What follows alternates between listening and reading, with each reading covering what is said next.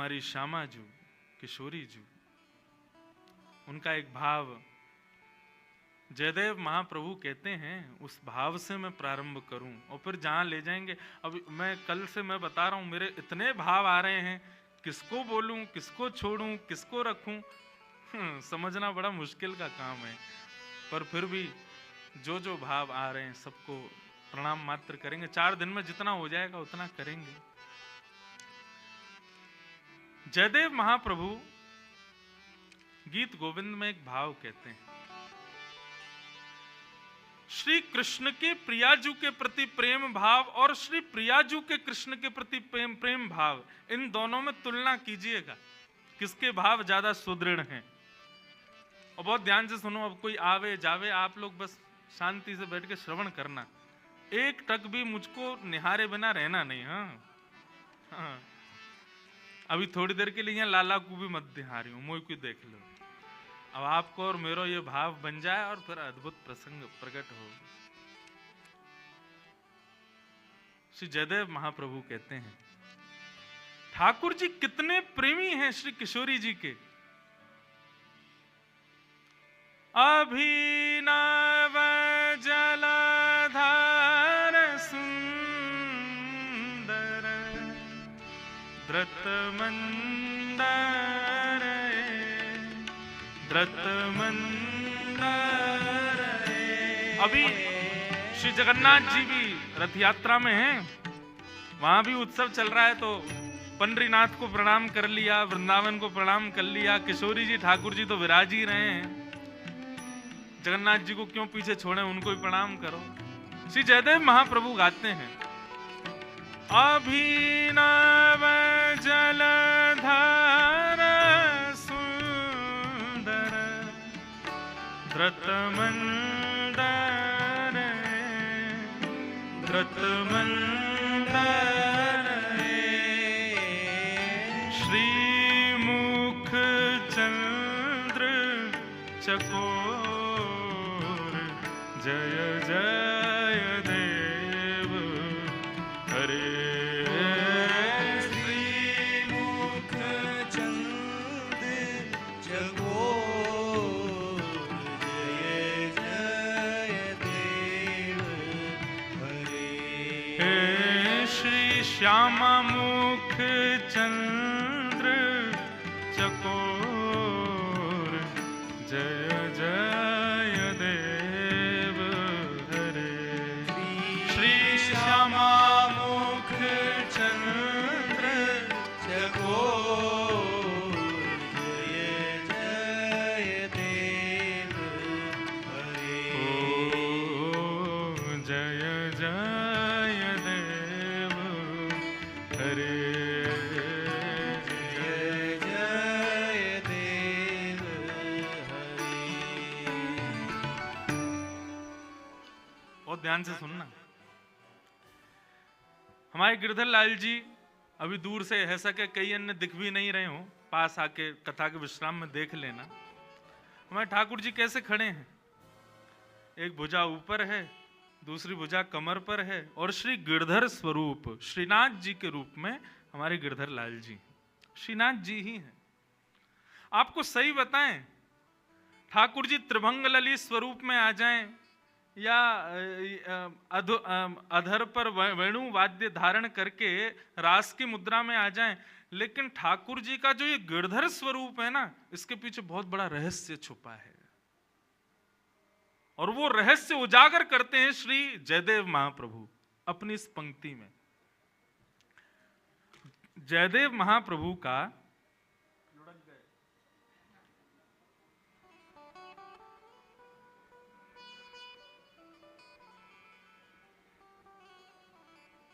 जय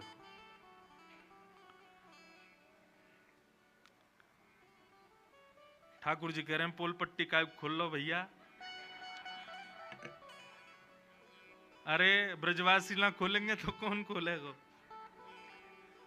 बहुत ध्यान से सुनियो, जयदेव महाप्रभु ऐसे महाकवि हुए इस कलयुग में जिनके आगे ठाकुर जी भी हार मान गए।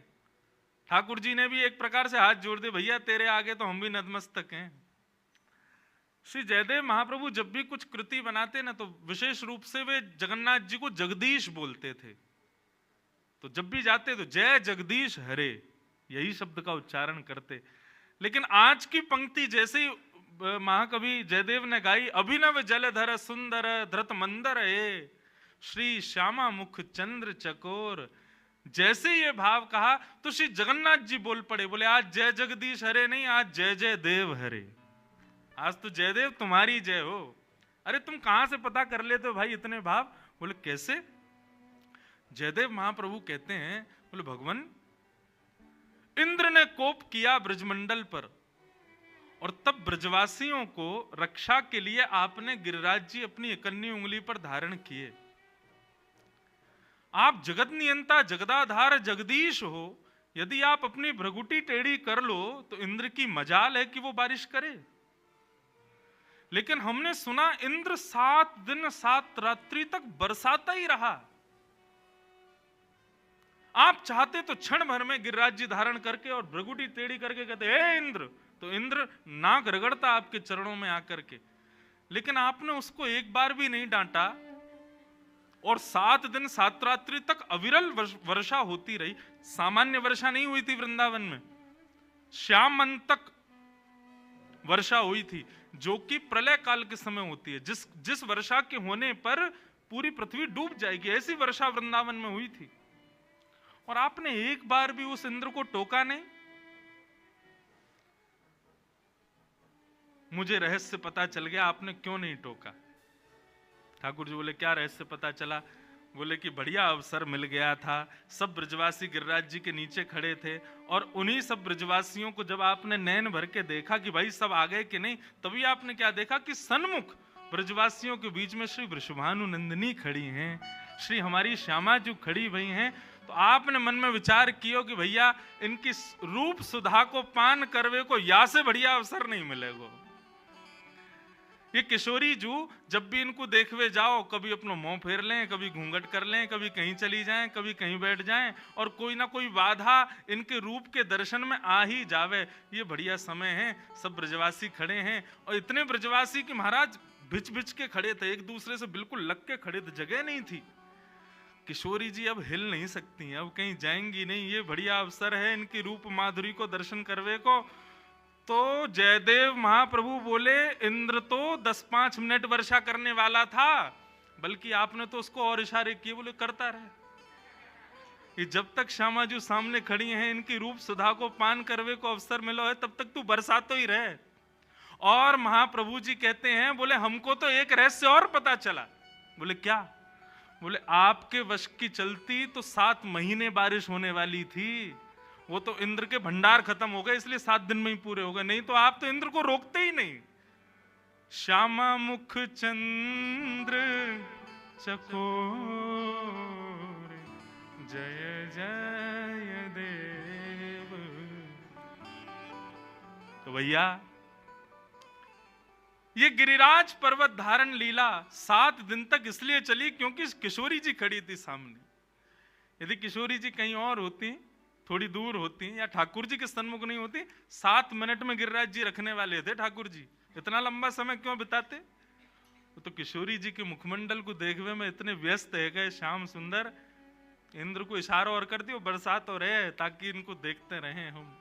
इसलिए भैया ये हमारे गिरधर लाल जी जो है ना, ये वो स्वरूप है जो निरंतर किशोरी जी को देखने में मग्न रहते हैं। जैसे आपके फोटोग्राफ खींचे जाते हैं ना, तो आप अपने फोटोज को दिखाते हुए व्यक्ति को कहते हो ये फोटो जब लिया गया था तब मैं वो कर रहा था, ये फोटो जब लिया गया था तब मैं वो देख रहा था। ऐसे ही भैया ये गिरधर स्वरूप जो है ना, ये किशोरी जी को निहारते हुए ठाकुर जी को स्वरूप है। यही अवस्था में तो ठाकुर जी देख रहे हैं किशोरी जी को। मानो किशोरी जी को देखते देखते ठाकुर जी भी भाव में आ गए हों। एक अंग से मानो किशोरी जी जैसे बने हो, दूसरे अंग से श्याम सुंदर है। तो या लैया भैया हमारे गिरधर लाल जी जो है ना, ये किशोरी जी के दर्शन करता ठाकुर जी हैं।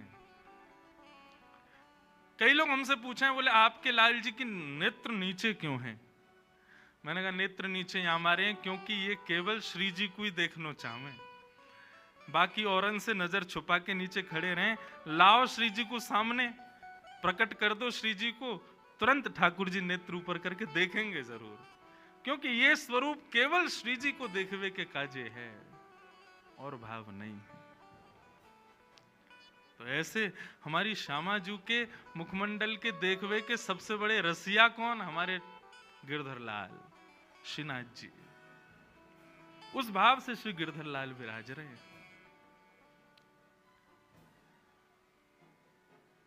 श्री राधा करावचित पल्लव वल्लरी के, राधा पदांक विलसन मनमस्थली के, राधा यशो मुकुरमंत खगावली के, राधा विहार विपने मनताम मनो में। ऐसे श्याम सुंदर को सुख देवे के लिए और रसिक जनन को वह सुख की बिंदु बरसावे के लिए श्री किशोरी जी ने वृंदावन की रचना की है। वृंदावन स्वयं श्री किशोरी जी ने ही अपने हाथों से निर्माण किया है। वृंदावन का एक एक कण, वृंदावन का एक एक पल्लव, वृंदावन का एक एक वृक्ष। और मैं तो कहूंगा भैया, वृंदावन में आवे वारे, वृंदावन में रहवे वारे, वृंदावन में जन्म लेवे वारे, इन समस्त जीवन को भी निर्माण श्री किशोरी जी ने ही किया है। इसलिए भैया मैं निवेदन करता हूं हाथ जोड़ के, वृंदावन आकर के ना किसी में भी अवगुण मत देखना, क्योंकि वृंदावन आया है और वो वृंदावन में है तो जरूर किशोरी जी ने ही भेजा है, और किशोरी जी ने भेजा है तो निश्चित उसमें कोई ना कोई गुण तो विद्यमान होगा। श्री किशोरी जी ने अपने हाथों से निर्माण किया है उस वृंदावन का। हमारे ब्रज के रसिक जन गाते हैं। अब तो देखो 4 दिन तो हमको खुली छूट है, पद पद गाओ, जितने है सके उतने गाओ। वृंदावन साचो धन भैया, वृंदावन साचो धन गाओ। और एक और बात, जब भी पद गवे ना, कमर सीधी कर ले, कंठ थोड़े साफ कर ले और पूरी जोर लगा के महाराज भाव से गाओ। मैंने पहले ही अपना सिद्धांत स्पष्ट कर दिया, आप लोग देहाभिमान शून्य हो जाओ, भूल जाओ नागपुर में हो, यही इस कथा की उपलब्धि है। वृंदावन साचो धन भैया, वृंदावन साचो धन भैया, वृंदावन साचो धन भैया, वृंदावन साचो धन भैया, वृंदावन साचो धन भैया, वृंदावन साचो धन भैया, वृंदावन साचो धन भैया,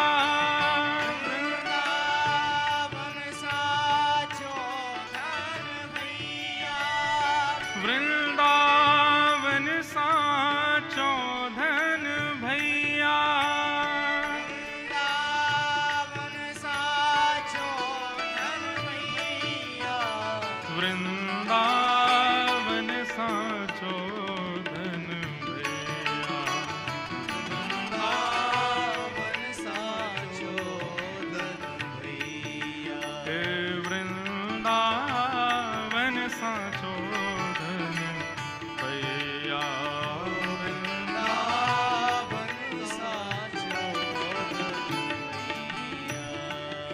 रसिक जन कहते हैं, कनक कूट कोटि लगित जिए, भजिए कुंवर कन्हैया, कनक कूट कोटिक लगित जिए, भजिए कुंवर कन्हैया, कनक कोटि कोटिक लगित जिए, भजिए कुंवर कन्हैया। कनक कूट कोटिक लगित जिए, भजिए कुंवर कन्हैया। हे वृंदावन सांचो धन भैया। वृंदावन सांचो धन भैया। हाँ वृंदावन सांचो धन भैया। वृंदावन सांचो धन भैया। श्री वृंदावन धाम की।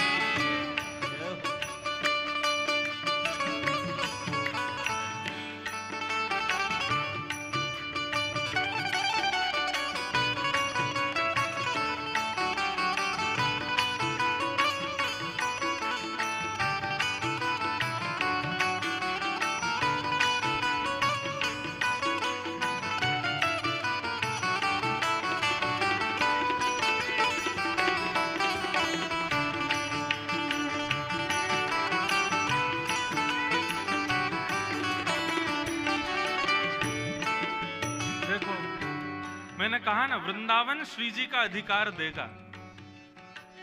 श्री जी को नेक भी समझवे को अधिकार वृंदावन ही दे सकता, और कोई नहीं देगा। इसलिए आज वृंदावन को भज रहे हैं। कितना सुंदर भाव है।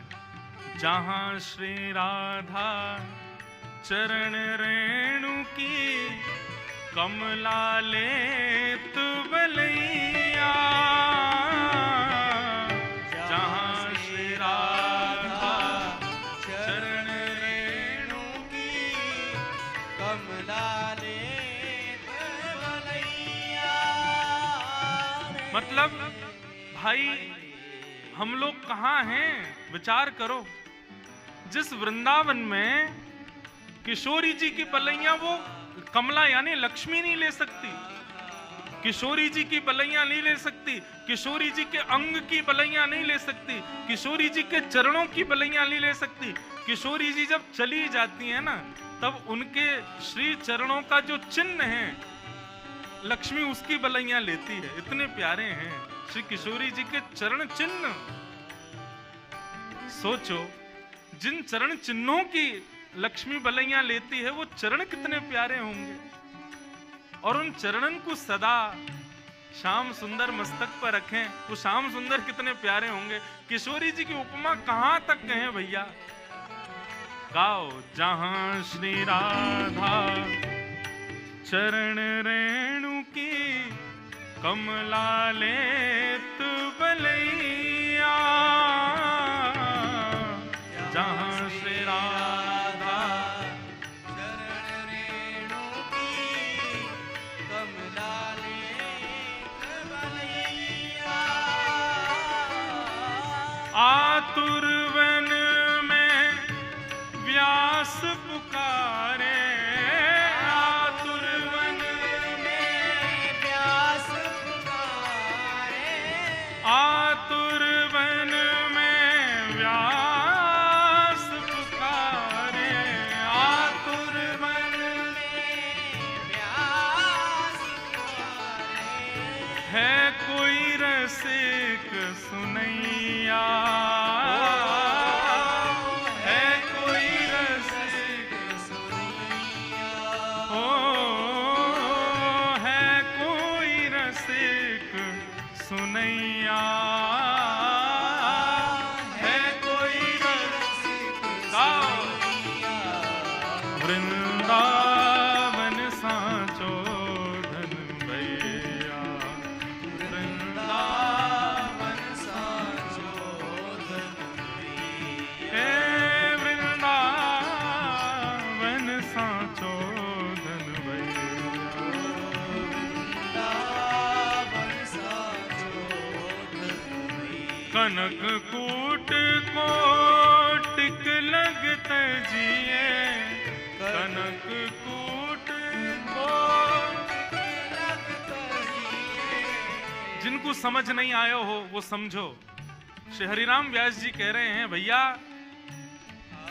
कृष्ण भजवे को समय हो और वास्तव में यदि लाखों की संपत्ति, करोड़ों की संपत्ति मिल रही हो ना, एक बार कुछ छोड़ो, करोड़ों की संपत्ति मिल रही हो और वही समय आपको कृष्ण भजवे को, श्री राधा भजवे को समय हो, तो वाकु तजिए, पहले भजिए कुंवर कन्हैया, भजिए कुंवर कन्हैया, हे वृंदावन साचो धन भैया, वृंदावन साचो धन भैया, हे वृंदावन साचो धन भैया, वृंदावन साचो धन भैया, हे वृंदावन साचो धन भैया, वृंदावन साचो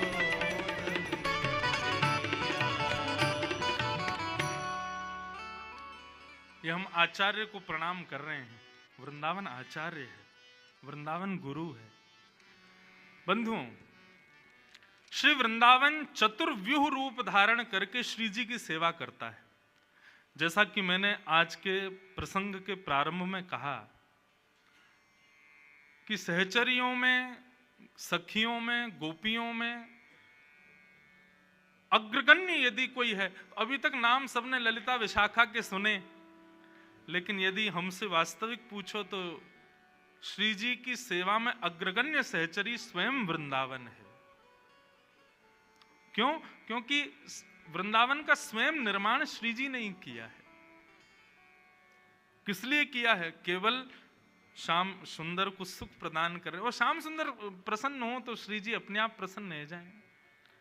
तो चतुर्व्यूह रूप से वृंदावन श्री जी की सेवा करता है। प्रथम रज,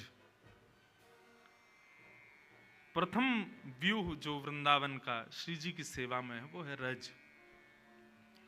वृंदावन की एक विशेषता है, ये विशेषता पूरे विश्व के किसी स्थान की नहीं है, और वो ये है कि सब जानते हैं कि वृंदावन में हमारी किशोरी जू और श्याम सुंदर दोनों पादुका नहीं पहनते, और पादुका न पहनने का जो भाव है वो वृंदावन ने ही प्रकट किया है।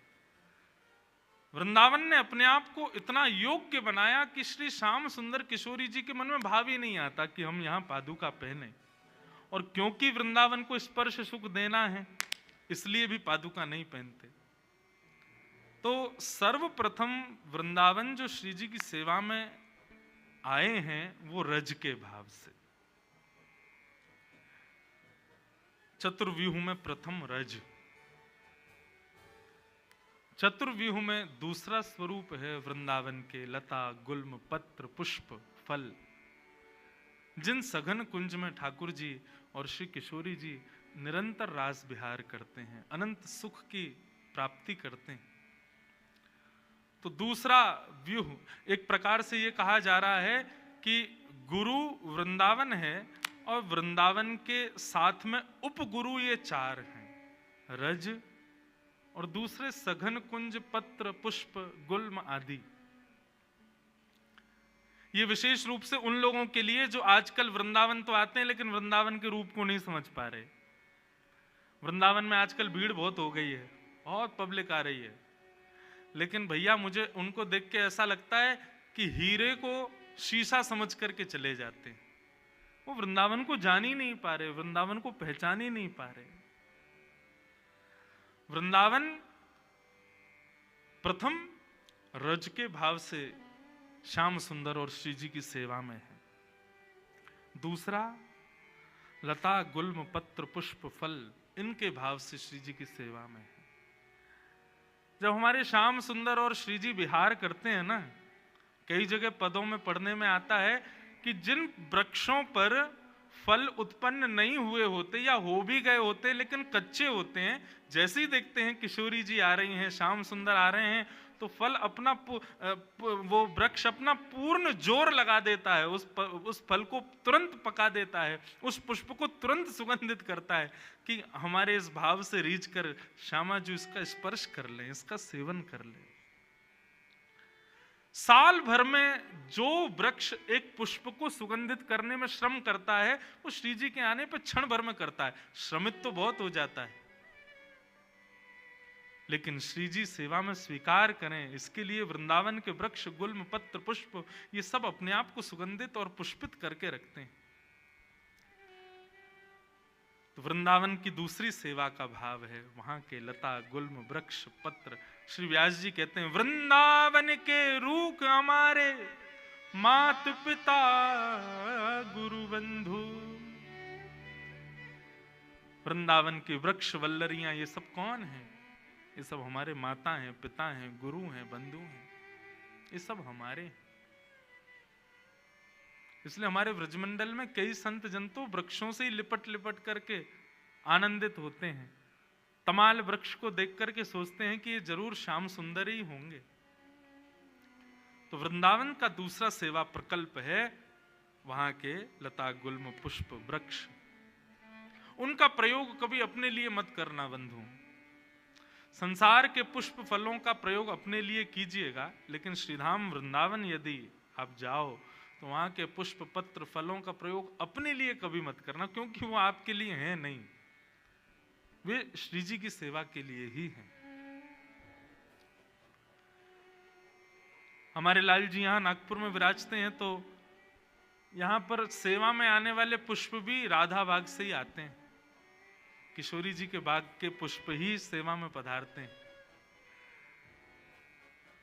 परिवार, ढांडनिया परिवार ने एक बाग ही ऐसा बनाया जहां के पुष्प सब श्री जी की सेवा में ही जाते हैं, और बस ये 4 दिन के लिए वो कुछ पुष्प हमारे लाल जी के पास भी आ जाते हैं, नहीं तो श्री जी के पास ही जाते हैं हमेशा। वास्तव में ये बात तो भागवत में भी प्रमाणित है कि पृथ्वी अपने ऊपर अन्न, पुष्प, फल इन सबका प्रादुर्भाव हमारे आपके लिए नहीं करती है। भागवत में कथा आती है, पृथु महाराज का चरित्र आता है, जिनकी वजह से धरती को पृथ्वी कहा जाता है। तो पृथु महाराज के चरित्र में भाव आता है कि पृथ्वी ने एक बार अपनी समस्त बीज उत्पन्न करने की, फलों को उत्पन्न करने की, पुष्पों को उत्पन्न करने की समस्त शक्तियों को अपने अंदर समेट लिया। क्यों? क्योंकि मानव इन सब का उपभोग करता था अपने लिए, ठाकुर जी की सेवा में नहीं लगाता था। पृथु महाराज जब प्रकट हुए तो सबने प्रार्थना की, महाराज पृथ्वी बंजर हो गई है, इस पर वृक्ष नहीं होते, अनाज नहीं होता, आप कुछ करिए, आप हमारे राजा हैं। तब पृथु महाराज ने पृथ्वी से प्रार्थना की, यज्ञ किया, तब पृथ्वी प्रकट हुई और भूमि देवी ने प्रकट होकर के कहा, आज्ञा करें महाराज। तब पृथु महाराज ने कहा कि आप क्यों बंजर हो गई हो? पुष्प, फल, बीज ये सब आपने क्यों समेट लिए अपने अंदर? तो पृथ्वी कहती है, क्योंकि मानव मेरा उपभोग कर रहा है। मैंने अनाज को, फल को, वृक्ष को, पत्तों को, पुष्पों को आप सबके उपभोग के लिए नहीं निकाला है। मैंने इसलिए निकाला ताकि कोई एक भक्त मुझे, मेरे से उत्पन्न होने वाले उन फलों को, पुष्पों को, आदि आदि वस्तुओं को ले जाके ठाकुर जी को अर्पित करे, फिर स्वयं पाले, मुझे कोई आपत्ति नहीं। लेकिन ठाकुर जी को बिना निवेदित किए खुद सेवन करता है, मुझे बहुत कष्ट होता है। इसलिए पृथ्वी ने अपनी समस्त शक्तियों को दबा लिया। तब पृथु महाराज ने वचन दिया, बोले मैं वचन देता हूं, आज के बाद वैष्णव परिवार में बिना भोग लगे कोई भी अन्न नहीं पाएगा। तब पृथ्वी ने अनाजों को प्रकट करना प्रारंभ किया। इसलिए बंधुओं, आप यही मत मानो कि केवल आप ही सेवक हो श्याम सुंदर के। जड़ चेतन सब ठाकुर जी की सेवा के लिए ही हैं। जब उनको बिना निवेदित किए हम उसका उपभोग करते हैं, तो श्रीमद् भगवद गीता में तो भगवान कहते हैं, भुंजते ते त्वघम पापात ये पचंत्यात्म कारणम। जो अपने कारण से वस्तु का उपभोग करते हैं वो अपना पाप स्वीकार कर रहे हैं। इसलिए भैया कुछ भी हो, सबसे पहले ठाकुर जी को, किशोरी जी को निवेदित करो, क्योंकि वो प्रकट उन्हीं के लिए हुआ है। उसके बाद उसका सेवन स्वयं करो। पृथ्वी भी तो मुक्त होना चाहती है ना, और वो मुक्त कैसे होगी? जब हम उसको निवेदित करेंगे ठाकुर जी को। इस प्रकार पृथु महाराज ने पृथ्वी से निवेदन किया और तब पृथ्वी ने इन सब वस्तुओं को अपने ऊपर प्रकट किया। तो वृंदावन विशेष रूप से जो कुछ भी प्रकट करता है वो सब ठाकुर जी की सेवा के लिए ही प्रकट करता है। उसका उपभोग अपने लिए कभी मत करना। तो प्रथम रज, द्वितीय वनचर वस्तु, सघन कुंज, पुष्प फल आदि, और तीसरा वृंदावन के रसिक जन। वे रसिक आपको प्रसन्न करने के लिए नहीं बने, क्षमा कीजिएगा। वृंदावन में कई लोग मुझसे आकर के कभी कभी फ्लाइट में कोई मिल जाए, ट्रेन में कोई मिल जाए, या वैसे कोई मिल जाते हैं, तो महाराज जी आपका वो भजन बहुत बढ़िया, नेक सुनाए दो। कोई जादूगर थोड़ी है, नेक में जादू दिखाए दो। वृंदावन में यदि कोई रसिक, मैं अपने आप को रसिक नहीं बोल रहा हूं, इनडायरेक्ट वे में बोल भी रहा हूं, लेकिन वैसे अगर देखो तो वृंदावन में जितने भी रसिक जन, कोई यदि रस का तनिक मात्र भी भाव प्रकट करता है तो उसका भाव भी संसार के लिए नहीं है, श्री जी के लिए ही है। ये बात दोनों पक्षों से समझिएगा।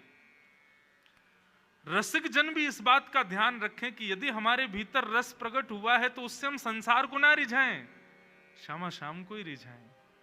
यदि हम अपने रस का प्रयोग किसी व्यक्ति विशेष को रिझाने के लिए कर रहे हैं ना, तो रस विष बन जाएगा। रस का प्रादुर्भाव आपके हृदय में हुआ, इसका मतलब श्री जी ने आपको अधिकारी माना है, और अधिकारी बनाया है तो उससे श्री जी को ही लुभाओ। हाँ, दो चार जनता भी रीझ जाए तो उसमें कोई आपत्ति नहीं है, लेकिन केवल यही प्रधानता नहीं होनी चाहिए कि सब रीझें। श्री जी रीझें, हमारी किशोरी जो रीझ जाएं, हमारे श्याम सुंदर। एक बार का प्रसंग है, हमारी श्री जी कितनी कृपालु, कितनी दयालु, कितनी जल्दी रीझ जाती हैं। वो एक पद की एक पंक्ति आती है ना, हमारे यहाँ एक भजन गाया जाता है, वृषभानु की किशोरी वो तो गैया होते भोरी, प्रीत जान के हूँ थोड़ी तो है राखेगी शरण, मन भूल मत जइयो श्यामा प्यारी के चरण। किशोरी जी बड़ी भोरी हैं। और यहाँ को प्रसंग कैसे है, एक बार जन्माष्टमी थी तो श्री हमारी श्यामा जू नंदगांव गई, लाला को जन्मदिन है, हम भी बधाई दिया हमें। और वहां जाकर के जब किशोरी जी ने देखा तो नंदन को सब लोग बधाइयां दे रहे थे, भैया जन्माष्टमी की। किशोरी जी भी बधाई देवे गई। नंदन क्या कर रहे थे कि सामने आने वाले लोग जो उनको बधाई दे रहे थे वो अपना हाथ आगे करें, या अपना वस्त्र का भाग आगे करें, या अपना पल्लू आगे करें, या कोई पात्र आगे करें, उसको ठाकुर जी भर देते थे। किशोरी जी टेढ़ी नजर से देख रही, समीप गई तो मधुमंगल श्री दामा आदि बोले, हमारे लाला को हृदय देखो श्री जी, आपने जो जैसो पात्र लेके आ रहा हो हमारा लाला वाकू भर भर के दे रहा है। ठाकुर जी बोली, ये हृदय को स्वरूप ना होए करे। हृदय को स्वरूप तो ये है कि भैया जो जितनो पात्र लाए उतनो मत भरो, अपनी तरफ से बड़ो पात्र दे के वाकू भी भर के दो।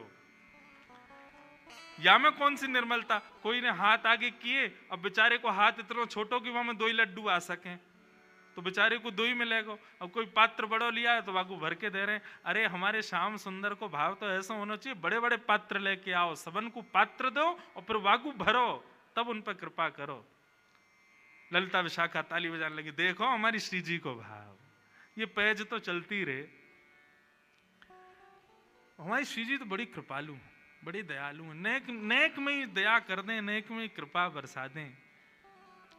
हमारे श्याम सुंदर कभी कभी श्री जी को दिखावे के काजे कृपा करें, देखो हमने वो कृपा करी, लेकिन श्री जी दिखावे ना है, श्री जी को भाव ही ऐसा होवे कि ठाकुर जी वही में ही हार जाएं, या के आगे और कहा करें हम। तो श्री जी को स्वभाव है। तो इसलिए भैया यदि आपके भीतर रस आया है, आपके भीतर भाव आया है, उस भाव से, उस रस से, उस ज्ञान से उस भाव से संसार को मत रिझाओ।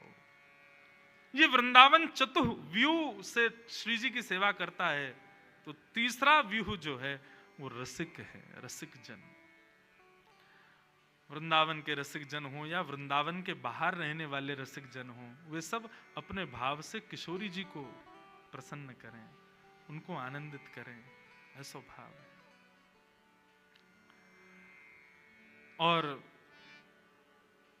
चौथा वृंदावन का जो भाव है वो श्री यमुना जी।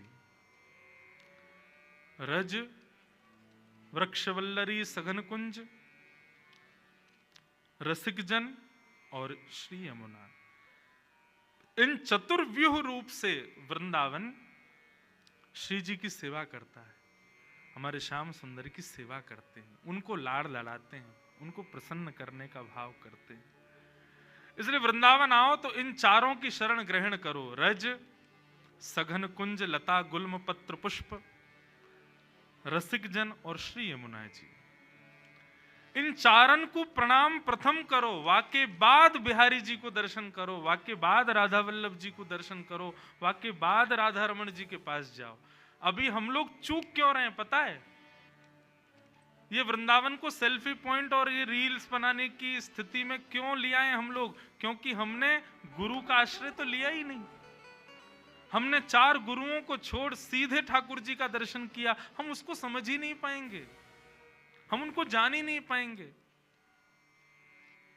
मैथ्स की बुक है, साइंस की बुक है, सोशल स्टडीज की बुक है, और बुक समझ में तो तब आएगी ना जब गुरु का आश्रय लोगे। ऐसे ही भैया ये राधा रमन जी भी एक किताब हैं, राधा वल्लभ जी भी एक किताब हैं, श्री बिहारी जी भी एक किताब हैं। इनको तब समझोगे जब गुरु को आश्रय लोगे।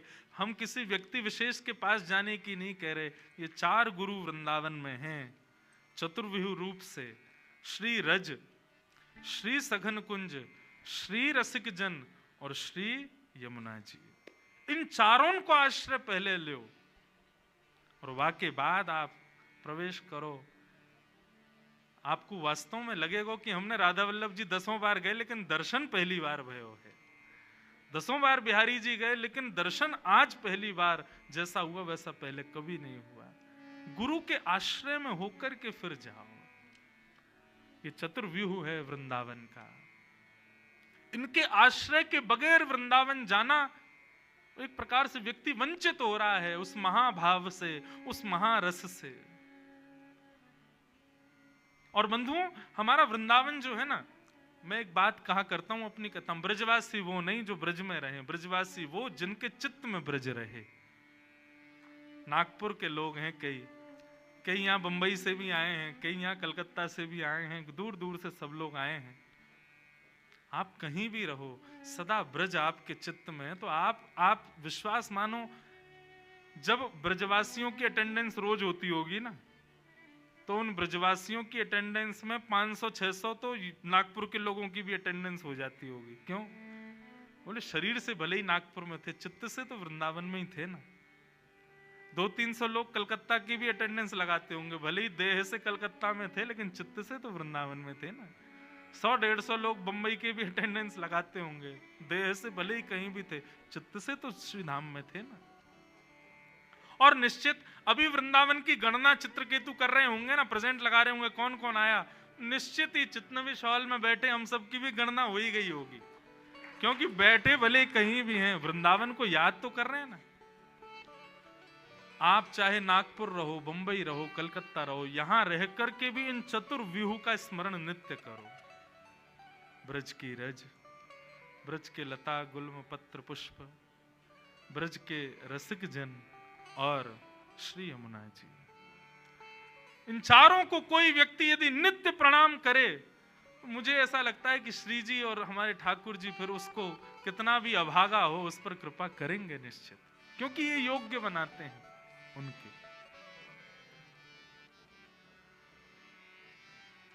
ऐसे भाव हैं।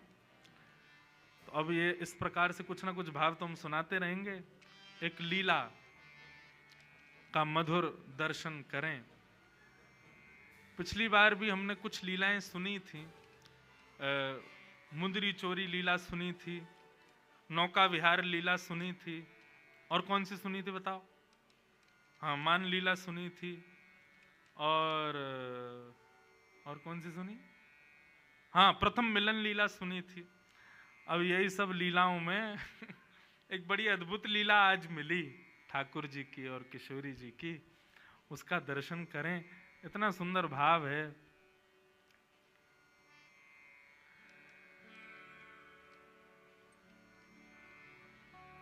सूरदास जी का भाव है और बहुत सुंदर है। ऐसा भाव है कि भैया श्री कीर्ति मैया,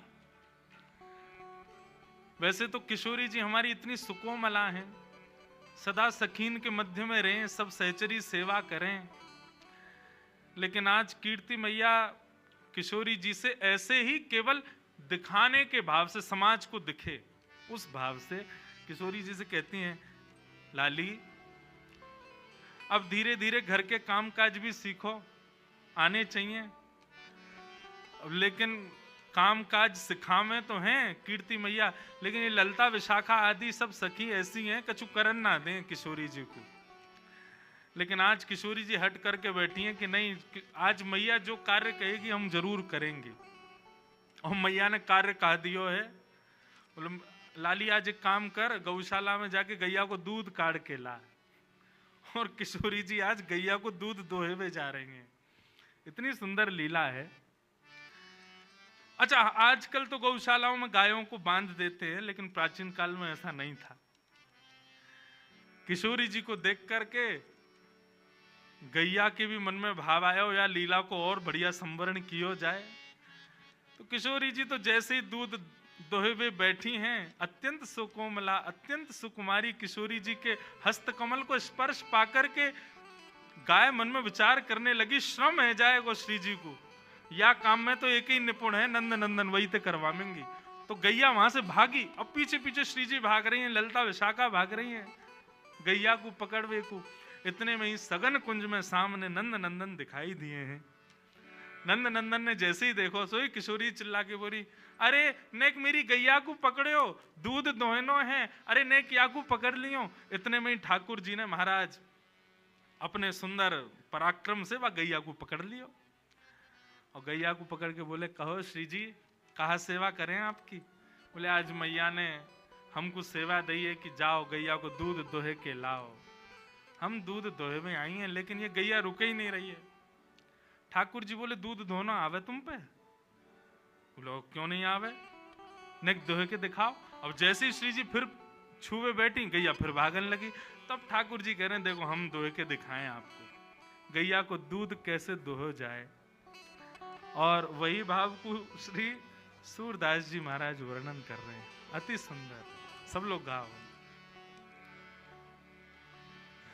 कौन दुहावे गैया तुम पे, कौन दुहावे गैया तुम पे, कौन दुहावे गैया तुम पे, कौन गैया तुम पे, लिए रहत हो कनक दोहनी, लिए रहत हो कनक दोहनी, लिए रहत हो कनक दोहनी, लिए रहत हो कनक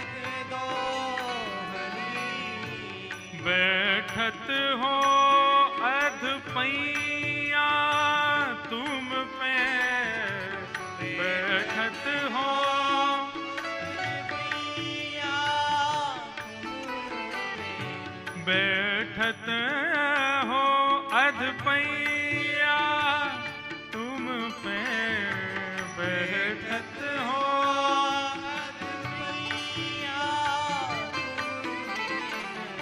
कौन दुहावे गैया तुम पे,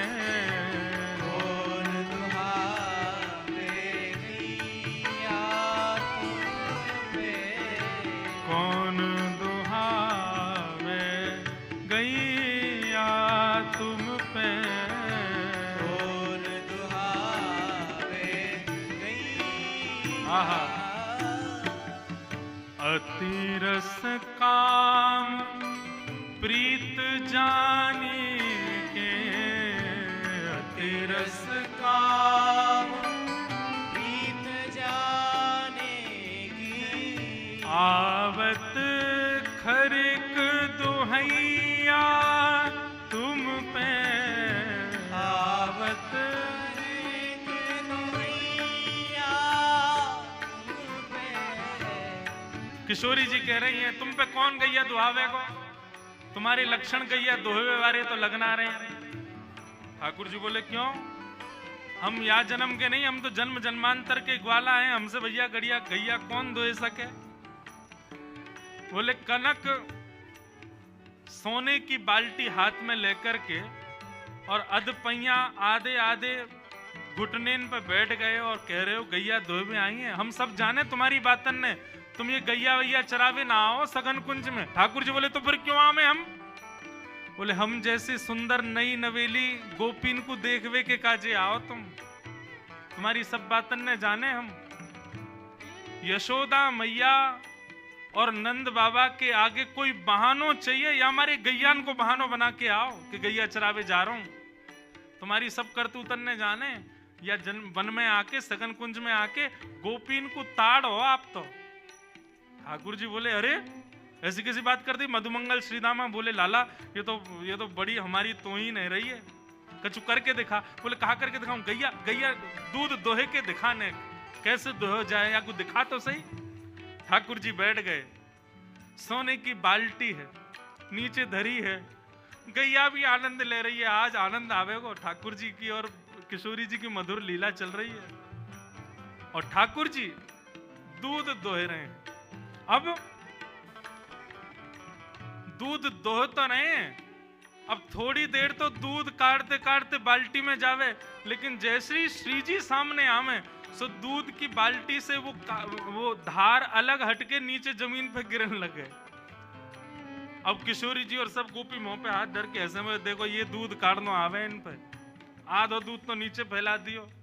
सूरदास जी वर्णन कर रहे हैं इत चितवत उत धार चलावत, इत चितवत उत धार चलावत, इत चितवत उत धार चलावत, इत चितवत उत धार चलावत। अरे लाला तेरो ध्यान कहीं और है और धार कहीं और कुछ चला रहा है। यही सिखायो मैया तो है, यही सिखायो मैया तो है, यही सिखायो मैया तो है, यही सिखायो मैया। तुम पे कौन दुहावे गैया, तुम पे कौन दुहावे गैया तुम पे कौन दुहावे गैया, तुम पे दुहावे गैया। सब सखी और किशोरी जी कह रही यही सिखाया तुम्हारी मैया ने। ठाकुर जी बोले का है वो, बोले नीचे देखो। ठाकुर जी का चित्त वृत्ति तो किशोरी जी में ही लगी भई है। अब भले ही प्रकट करके दिखा रहे हैं कि भैया देखो मुंह पे कितना आवे, लेकिन जहां जहां किशोरी जी घूम रही हैं वहीं वहीं ठाकुर जी को ध्यान जा रहा है और वह कारण से दोहे तो रहे लेकिन बाल्टी की जगह नीचे गिर रहा है सब रो। यही सिखाया हो तुम्हारी मैया ने। किशोरी जी खींचन लगी, मेरी गैया को सबरो दूध फैला दियो। कीर्ति मैया ने कही कनक बाल्टी भर के लियो और या कौन के पल्ले लियाई में गैया को सबरो दूध नीचे फैला दियो। ठाकुर जी बोले मेरी मैया ने गैया दोहिनो सिखायो कि नहीं सिखायो, लेकिन तेरी मैया ने कहा सिखायो ये मुझको पता है। किशोरी जी बोली कहा सिखायो मेरी मैया ने। सूरदास जी वर्णन कर रहे हैं, सूरदास प्रभु झगड़ो सीखो सूरदास प्रभु झगड़ो सीखो सूरदास प्रभु झगड़ो सीखो। तेरी मैया ने तो को गुस्सा कर वो सिखाया हुआ है। ठाकुर जी बोले तुम्हारी मैया ने तो तुमको गुस्सा कर वो सिखाया हो। इतने में मधुमंगल पूछो लाला गुस्सा भी ऐसो वैसो ना कर रही हैं तो कैसो कर रही हैं? बोले ज्यों घर खसम गुसैया तो पे ज्यों घर खसम गुसैया तो है लाला जैसे घर के खसमते बाकी घरवारी रूठे ना बातें लड़े काहे ऐसी श्री जी तोते लड़ रही है। हाँ बोले हाँ यही बात सही है बिल्कुल सही कह रहे हैं। अब तो श्री जी और सब सखी बोली इन दारी के इनको काउ देना हाथ दिखाना पड़ेगा। कछु तो कछु भाव निकाले। कौन दुहावे गैया तुम पे कौन दुहावे तुम पे कौन दुहावे गैया तुम पे कौन दुहावे बोलो युगल बिहारी सरकार की। ऐसी ऐसी लीला हमारे ब्रज की है। सब सखा और सब सखी भी वामे रस को वर्धन करें विक्षेप ना करें। वो लाला श्री जी तो पे ऐसे गुस्सा करें बुरो मत मानियो जैसे कोई खसम पे वाकी घरवारी गुस्सा करे। हमें तो ऐसा लगा ये अधिकार मान चुकी हैं। सब सखी ललिता विशाखा पीछे डंडा लेके भागी। बोले भाई बताएं ज्यादा संबंध बना रहा है हमारी श्री जी या कार्य कलूटे को खसम मानेंगी अपनों। जैसे तैसे लड़ते झगड़ते हुए ठाकुर जी ने आधी बाल्टी दूध भर दिया। अब श्री जी को तो ले जाके कीर्ति मैया को देना था। देखो हमने दूध काढ़ो है। अब जैसे ही दूध काढ़ करके अब दूध पूरा है गया और गैया चली गई। और दूध के झागन को ठाकुर जी बढ़िया मिला रहे हैं। वाह देख कहा बढ़िया दूध निकालो। श्री जी बोली लाओ चलो अब दे दो। ठाकुर जी बोले नहीं मिलेगा ये तो हमने निकारो है। हमारे सब ग्वाल बाल भूखे हैं हम भूखे हैं हमारे सबरे बंदर भूखे हम पीवेंगे या को। ललिता विशाखा क्रोध करने लगी। बोले अभी बताएं तो को पीवे को दूध अपने घर को गैया को पी हमारी गैया को काई को पी रहा है। ठाकुर जी बोले निकारो कौन ने निकारो हमने तो हम पीवेंगे और ये हमारे सखा सबरे बेचारे सुबह तो भूखे प्यासे दूध पीवेंगे बढ़िया बढ़िया काढ़ो हमने। अब तो किशोरी जी चरणन में बैठ गई। बोले भैया अब यहाँ लड़वे तो काम नहीं चलेगा ने थोड़ी सी अपनी लाज जाए तो कोई बात ना ने माफी मांग लो क्षमा मांग लो। और दोहनी नहीं देत करते हरी हा करी पैर पाए। किशोरी जी चरणन में गिर के हा कर रही हैं। बोले भैया हमारी दोहिनी दे दे मैया को दिखानो है ले जा करके। और जैसे ही श्री जी प्रार्थना कर रही हैं कि हमारी दोहिनी दे दो सो ठाकुर जी को और आनंद आ रहा हो। बोले अच्छा श्री जी चाहिए? बोले हाँ एक बार और हा करो। श्री जी फिर कह रही हैं भैया तेरे हाथ जोड़ रही हैं जो तू कहेगो सो करेंगे हमारी दोहिनी दे दे मैया को जाके दिखानो है। तब खूब परेशान करके खूब श्री जी को श्रमित करा के तब अंत में ठाकुर जी ने दोहिनी प्रदान करी है। ऐसे हमारे दोहिनी गाय दोहन लीला हमारे ब्रज में भई है ठाकुर जी की और श्री जी की। मैया को जाकर के श्री जी ने प्रदान कर दिए। बोले लो हमने दूध निकारो। आज कीर्ति मैया ने खूब नजर उतारी है बलैया लई है। बोले जय हो हमारी श्यामा जू ने आज पहली बार दुग्ध निकारो। महाराज पूरे बरसाने में एक एक बूंद भर दूध की बांटी गई है। क्यों? श्री जी ने दूध निकारो है। लेकिन असलियत तो सब जानने कौन ने निकारो हमारे लाला निकार के लाए हैं। ऐसी मधुर भाव से सूरदास जी ठाकुर जी की मधुर लीलाओं का वर्णन कर रहे हैं। बंधुओं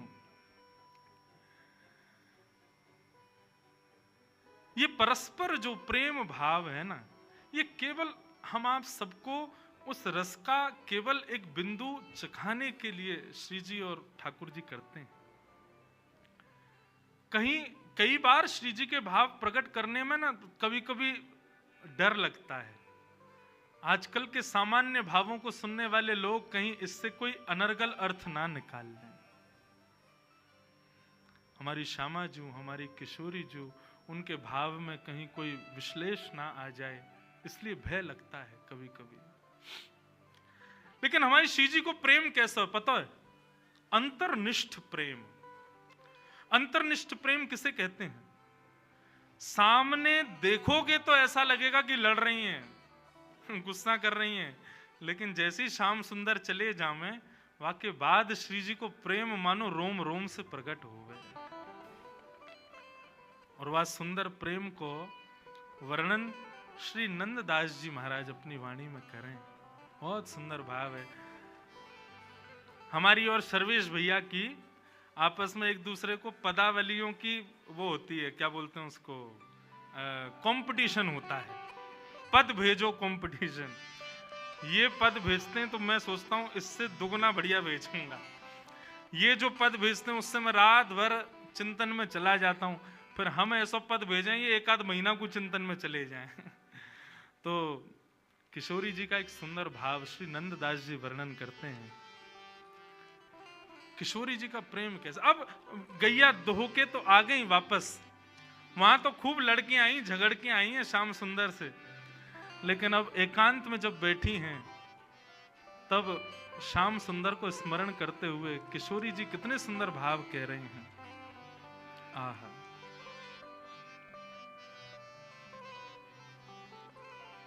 बहुत सुंदर भाव।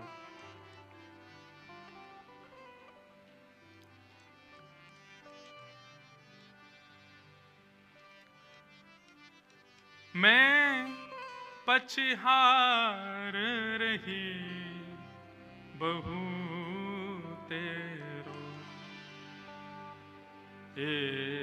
कहू नेक नानी के हेरो, मैं पछहार रही बहू तेरो। श्री जी सब सखियन से कह रही हैं कि ठाकुर जी कैसे हैं, मुकु नेक बताओ, नेक मुकु सुनाओ उनके बारे में। सब सखी बोली अभी अभी तो मिलके आए हैं, अभी अभी तो उनसे खूब लड़ झगड़ के आए हैं, और रोज ही कोई ना कोई लीला होवे श्री जी। पर हम हर बार देखें कि आप जब भी एकांत में आके बैठो फिर सबन से कहो कि नेक थोड़ा कृष्ण के बारे में बताओ, उनके रूप के बारे में बताओ। आप जाओ तो हो उनसे मिलवे, सामने खड़े हो, मैं नेत्रन से निहार ले करो। फिर ये आप एकांत में आकर के क्यों कहो कि श्याम सुंदर कैसे हैं, नेक उनके रूप को वर्णन करो। ठाकुर जी हूं में तो हैं सन्मुख, वही समय देख ले करो उनको। तब सब सखियन सो हमारी श्रीजू कहा कह रही हैं, इतनी सुंदर भाव हैं श्री नंददास जी के। बोले अरे सखी कहा बताऊं, तुम लोग बड़ी सौभाग्यशाली हो जो नयन भर के श्याम सुंदर को देख लेती हो, लेकिन मेरी स्थिति ऐसी होती है कि एक क्षण से अधिक यदि मैं नेत्रों से श्याम सुंदर को देखती हूं तो उतने में मेरी स्थिति क्या होती है, छिन ही में भर आवत पानी, श्याम रूप कहाँ छिन में जान। ऐसा रूप है श्याम सुंदर को कि मैं एक क्षण से भी ज्यादा निहारवे को प्रयास करूं तो एक क्षण से अधिक देखने पर मेरे नेत्रों में जल आ जाता है। मुझे नेत्र बंद करने पड़ते हैं। दो कारण हैं। पहले तो जल आ जाता है, कहीं और रुदन ना हो जाए, कहीं और जल आया तो श्याम सुंदर श्रमित हो जाएंगे। वो जो लीला हमारी मान की थोड़ी झगड़े की चलती है, उस बीच में यदि अश्रुपात हो जाए तो ऐसा लगेगा रस में नमक घोल दिया हो। इसलिए मैं जानबूझ करके श्याम सुंदर से अपने नेत्रों को बचाती हूँ, उनको नहीं देखती। क्यों? एक क्षण से अधिक देखूं तो नेत्र सजल हो जाते हैं। बंधुओं, श्री जी के प्रति श्याम सुंदर के भाव सुनोगे ना, सुख मिलेगा।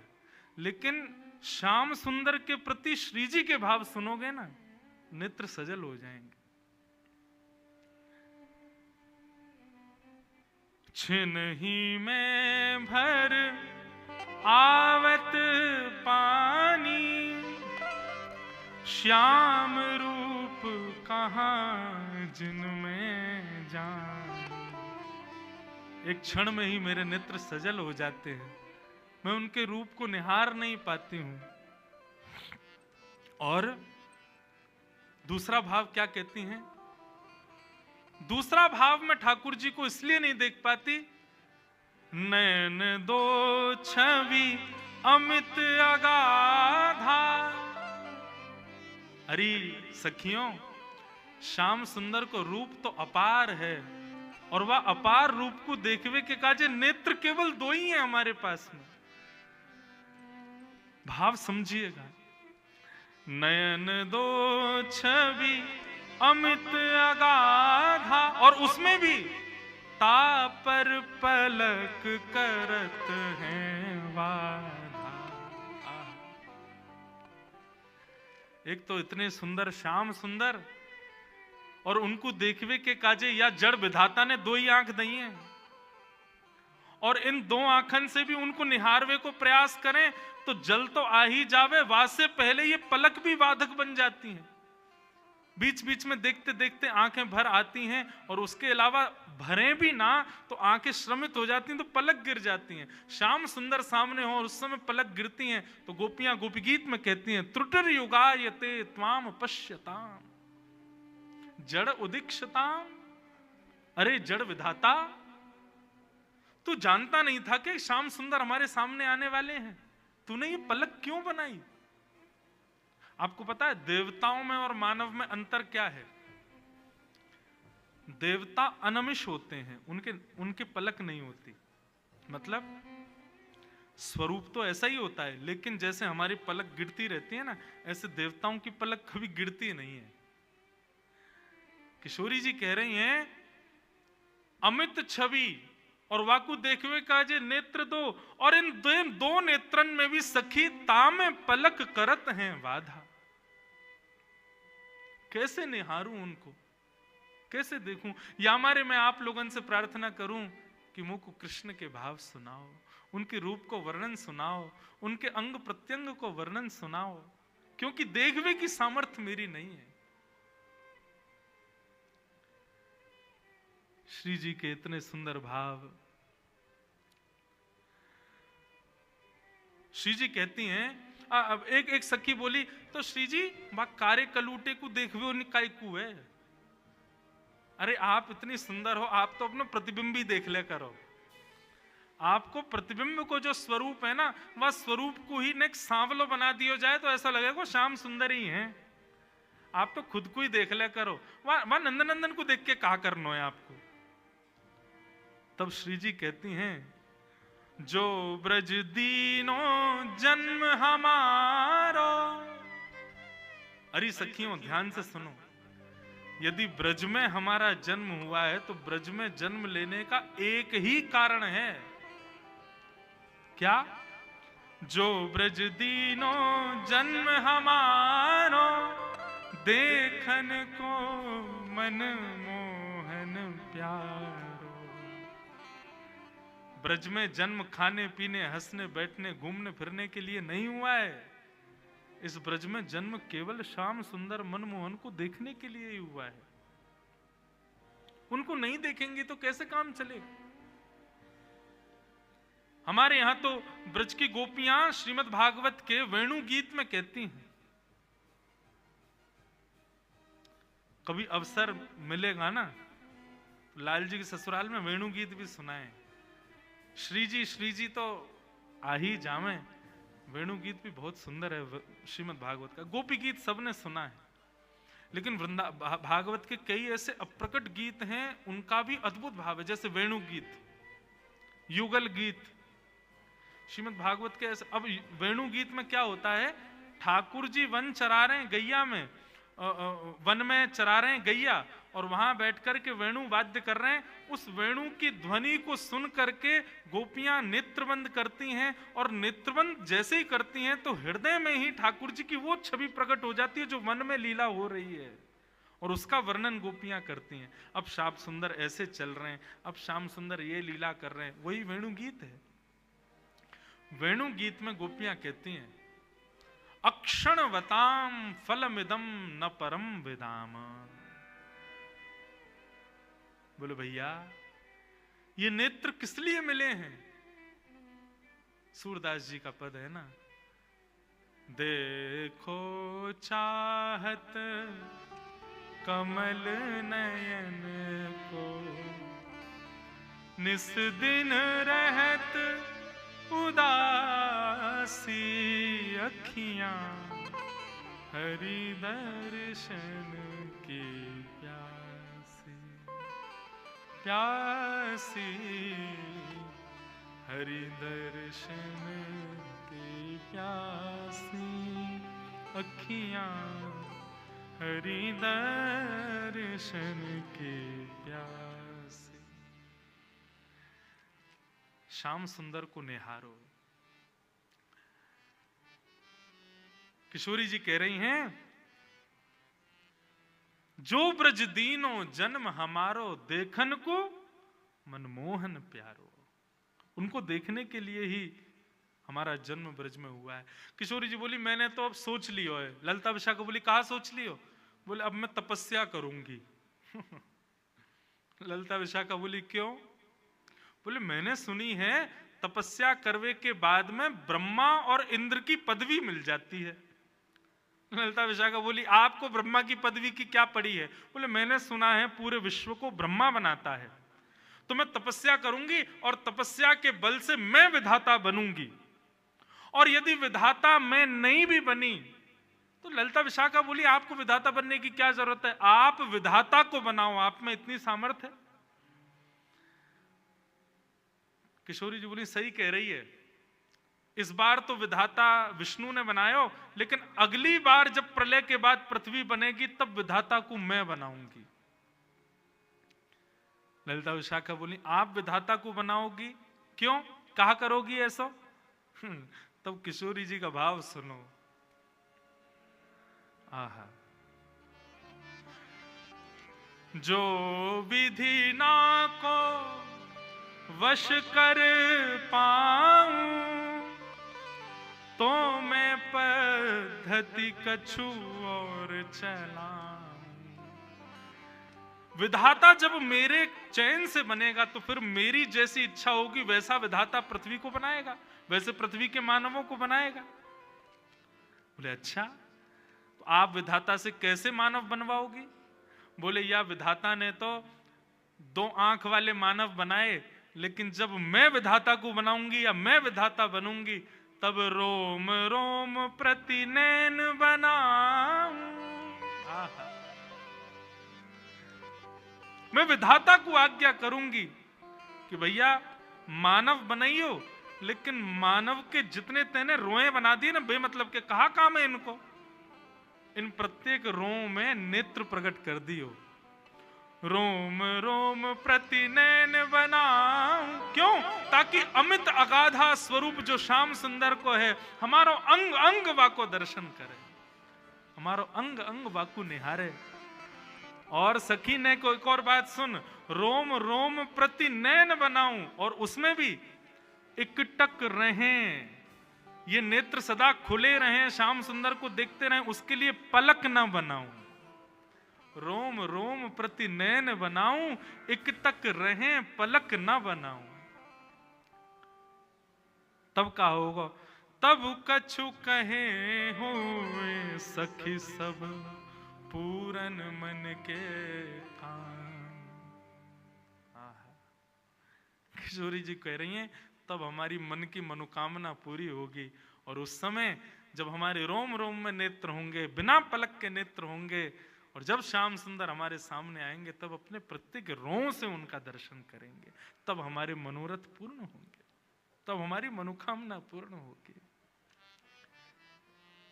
अब देखो, कृष्ण सन्मुख की किशोरी जी और कृष्ण विमुख किशोरी जी के भाव। आप यूं मत सोचियो कि हमारी किशोरी जी को कृष्ण के अधीन बता रहे हैं ये, रुक जाओ कल अभी आ जाएगा तो ठाकुर जी को अधीन बता देंगे।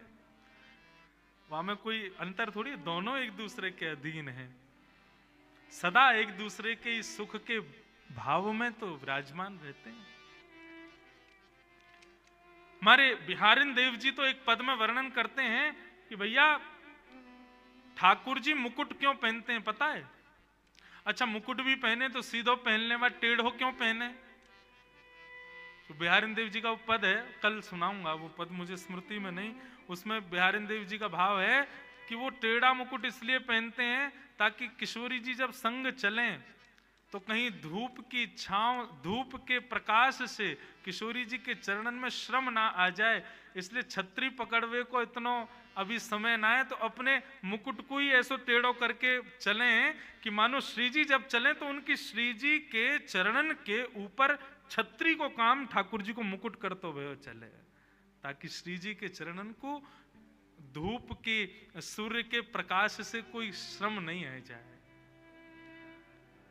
दोनों ही अधीन हैं।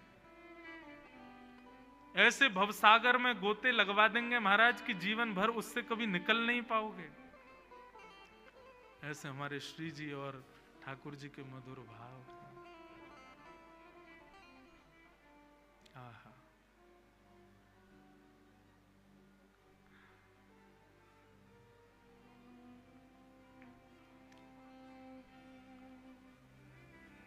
वृंदावन किस मधुर भाव में, मधुर साम्राज्य में प्यारी जू और श्यामा जू के ऐसे या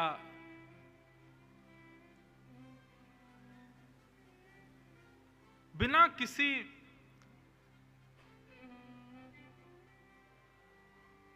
दिखावे को प्रकट किए हुए इस निर्मल प्रेम को सब सखियां सुनकर के आनंदित हो रहे हैं और दोनों रसिक जन मधुर भाव से श्री जी को प्रणाम कर रहे हैं। तो ऐसे श्री जी के प्रेम उद्भाव हैं ठाकुर जी के प्रति। हमारे वृंदावन में रसिक जन यही भाव के, शायद गत वर्ष भी मैंने कहा था, श्री हृदयवंश महाप्रभु कहते हैं कि ठाकुर जी आप चाहते तो एक ही नेत्र बना देते, वहां तो किशोरी जी कह रही हैं कि अनन्य नेत्र प्रकट करो, लेकिन स्वामी श्री हृदयवंश महाप्रभु कहते हैं कि ठाकुर जी आप चाहते तो एक ही नेत्र बना देते, एक ही नेत्र से पूरा संसार हम लोग देख लेते, लेकिन आपने ये दो नेत्र यही मारे प्रकट किए ताकि एक नेत्र से हम आपको विराजमान करें, दूसरे नेत्र में श्री किशोरी जी को विराजमान करें। बसो मोरे नैनन में यह जोड़ी, नव दुल्हे ब्रजराज सांवरो, दुल्हन राधा गोरी, बसो मोरे नैनन में यह जोड़ी। ये जो श्री रसखान जी भाव प्रकट करते हैं ना, देखो दुरोवह कुंज कुटीर में परो पलोटत राधिका पायन। श्री किशोरी जी के चरणन में श्याम सुंदर अपने सिर रखे भय दर्शन दिए रसखान जी को।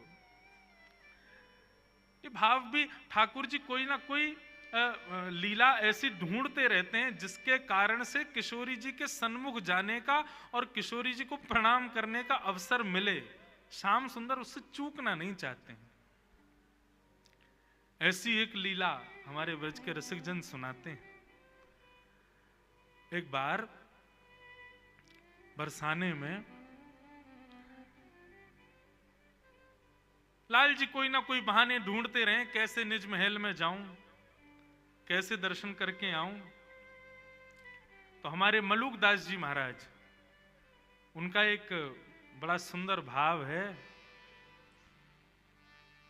ठाकुर जी जोगी बनकर के बरसाने गए और बरसाने जाकर के वहां जोगी बनकर के श्री किशोरी जी का दर्शन किया। शायद भाव मैंने गत वर्ष भी सुनाया था। जोगी रंग मीनाया अच्छा श्रृंगी नाद बजाया। अब मलुकदास जी महाराज इस भाव में ठाकुर जी की एक एक छवि का वर्णन करते हैं कि वो कैसे बनकर के आ रहे हैं। ठाकुर जी जोगी बनकर के बरसाने गए, अभी जोगी बन के जाएंगे, अगले भाव को इसके बाद हम सुना वहां में गोपी बन के जाएंगे और केवल किशोरी जी को सन्मुख रस प्राप्त हो या भाव से जा रहे हैं। श्री मलुकदास जी का भाव है, सब लोग गाओ, बड़ा प्यारा भाव है।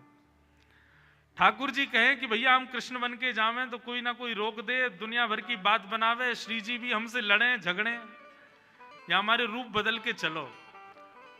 तभी ठाकुर जी ने नंदगांव में एक जोगी को देखा, घर घर जाके हाथ देख करके महाराज भविष्य बता रहा है। ठाकुर जी बोले ये बढ़िया है, मधुमंगल श्रीदामा ऐसी पोशाक लाओ हमारे काजी।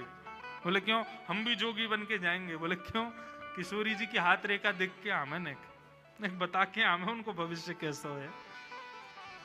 ठाकुर जी जोगी बन करके जा रहे हैं, श्री मलुकदास जी महाराज इसका वर्णन कर रहे हैं। सब लोग गई हो। जोगी रंग भीनाया ओ अच्छा श्रृंगी नाद बजाया। जोगी रंग भीनाया अच्छा श्रृंगी नाद बजाया। ओ जोगी रंग बीनाया ए अच्छा श्रृंगी नाद बजाया। जोगी रंग भीनाया अच्छा श्रृंगी नाद बजाया। ओ जोगी रंग बीनाया अच्छा श्रृंगी नाद बजाया। जोगी रंग भीनाया अच्छा श्रृंगी नाद बजाया। हो मोतिन लर अलक गंगा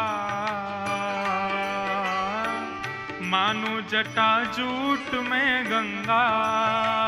ओ मोतिन लर अलक गंगा मानो जटा जूट में गंगा।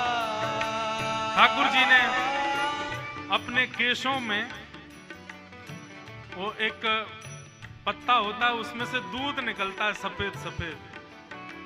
उस दूध के बढ़िया रस को लेकर के अपने केशों में बढ़िया जटा बना ली। वहां पे दास की कथा थी और एक ही मंच पे सुबह हमारी भागवत होती थी, शाम को मलुक पीठ वाले पूज्य श्री राजन दास जी महाराज की भक्तमाल होती थी। एक ही संग रुके थे तो वहीं रात में 2 बजे महाराज जी ने ये पद मुझे सुनाया था। तो महाराज जी यहाँ पे बोले, इंद्रेश जी मलियागिरी भस्म ब्राजे मानो सुर डमरू बाजे। श्री मलुकदास जी महाराज कह रहे हैं मलियागिरी भस्म, मलियागिरी तो चंदन होता है, भस्म कैसे हो गई।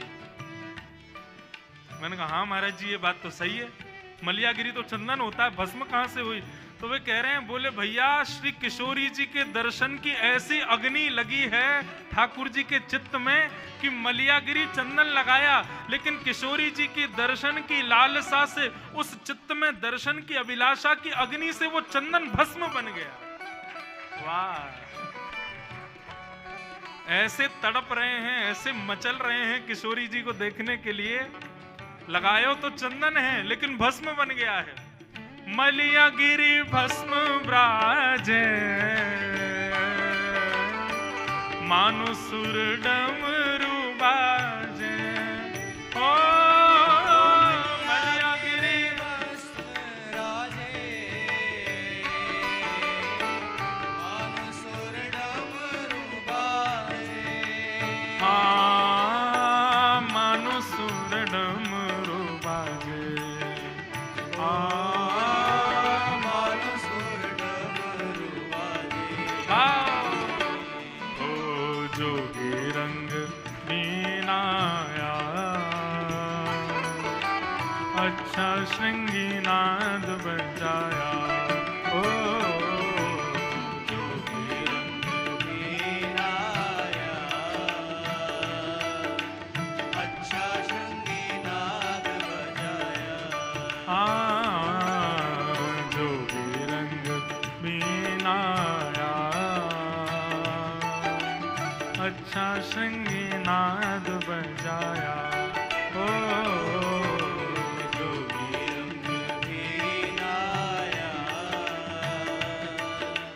अच्छा श्रृंगी नाद बजाया।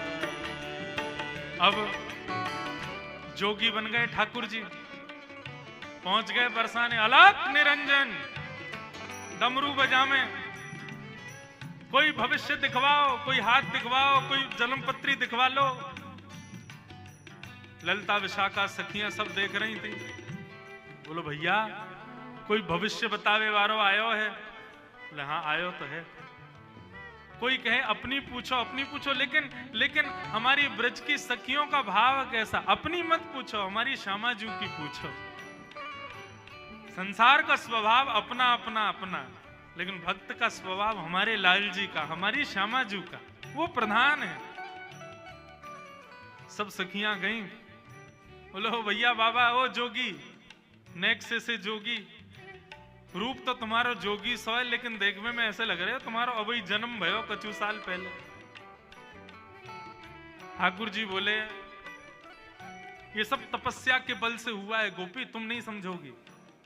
हमने हिमालय पे बड़ी तपस्या करी है। हमारी आयु कितनी है? हाँ ये संग में हमारो सेवक है, ये बतावे को। हाँ बताओ कितनी आयु? मधुमंगल भी गया था जोगी बन के। मधुमंगल बोलो हमारे महाराज जी 120 वर्षों से हिमालय पर तपस्या कर रहे हैं, लेकिन तपस्या के प्रभाव से इनके अंग प्रत्यंग की झुर्रियां चली गई हैं, देखने में ऐसे लगते छोटे बालक। दो चार सखियां बोली हमारो हाथ देखो। मधुमंगल बोले तुम्हें तो मैं ही देखूंगा, इधर आओ, तुम्हारे भविष्य को तो मैं बता दूंगा। हमारे महाराज जी तो राजा रानी आदि इन सब बड़े बड़े लोगों के हाथ देखें। बोले अच्छा। ललिता विशाखा बोली आप यदि भविष्य कथन करो तो हमारी श्री जी को हाथ देख लोगे। कौन श्री जी? अरे या बरसाने की अत्यंत सुकोमला, अत्यंत सुमनोहरा, रसिक जनन के हृदय में सदा वास करवे वारी श्री वृषभानु नंदिनी हमारी श्यामा जू, नेक उनको भविष्य देख ले। ठाकुर जी बोले कहा भविष्य देखनो है? बोले भविष्य में केवल इतना देख के बताए दो कि हमारी ऐसी सुकुमारी सुंदर किशोरी जी को ध्यान रखवे वारो कैसो होएगो। नेक वाक्य बारे में नेक बताए दो। हम तो यही बात की चिंता में कि हमारी किशोरी जी के भाव स्वभाव स्वरूप इतने सुंदर हैं कि कहीं उनकी जोर को कोई मिलेगो भी कि नहीं। जोगी बोला हाँ हाँ दिखाओ, बताओ कौन है, कहाँ है, दिखाओ, बोला अभी बताते हैं हम सब कुछ। जोगी को पकड़ करके ले गए। इतने में ही श्री वृषभानु नंदिनी पधारी सन्मुख, और जैसे ही सामने आई हैं किशोरी जी तो दूर से ही देखें। बोले किसको पकड़ लाई हो ये? बोले बहुत बड़े जोगी हैं, 120 वर्ष से तपस्या करके इन्होंने अपने अंग की कांति को बिल्कुल बालक के समान कर लिया है। किशोरी जी गईं, हाथ दिखाने लगी। ठाकुर जी हस्त कमल देखने लगे। बोली अरे आपको जो ध्यान रखवे वारो, आपके अब बीच में तो कई भाव हैं लेकिन सीधे आम है, आपको ध्यान रखवे वारो, आपके सुंदर भाव को प्रस्तुत करवे वारो वो ज्यादा दूर ना है, आपके सन्निकट ही रहवे। बस वहां में एक कमी होगी, सुंदरता में कोई कमी नहीं, नेक रंग ओझल होगा आपसे। ललिता विशाखा बोली ये कहीं नंदन की तो बात ना कर रहा है, ये कहीं बार यशोदा के लाला की तो बात ना कर रहा है। किशोरी जी तो हस्तकमल का स्पर्श करते। अरे श्री किशोरी जी तो ठाकुर जी के अंग की सुगंध से पहचान जाती हैं, उनको तो सब पता हो। बरसाने में ठाकुर जी आ जाए, किशोरी जी को वैसे ही पता चल जाए। किशोरी जी भी समझ गए ये कौन है, हम सब जानना ही है। बोले जाकू आपके बगल में खड़ो कर दियो जाए और वाके बगल में खड़े रहते ही आपकी उपमा और बन जाए, समझो वही आपको जीवन संगी बनेगो। ललिता विशाखा बोली तो क्या करना चाहिए? बोले एक एक जो भी आपको लगे कि योग्य है वाकू लाला के बगल में खड़ा करके देख लो। यदि वासे किशोरी जी की उपमा बढ़ जाए तो समझ जाइयो कि वही है। अब बोले यहाँ कोने पकड़ के लाम है, सो धीरे धीरे ठाकुर जी खिसक के बगल में चले गए और बगल में जाकर के महाराज कंधे में गलवैया और देखी। अरे ललिता ने देखियो कैसे लग रहे हैं हम। श्री मलुकदास जी वर्णन कर रहे हैं, सोहे बाम भाग में प्यारी, मानो अर्धंग सवारी। सोहे बाम भाग में प्यारी,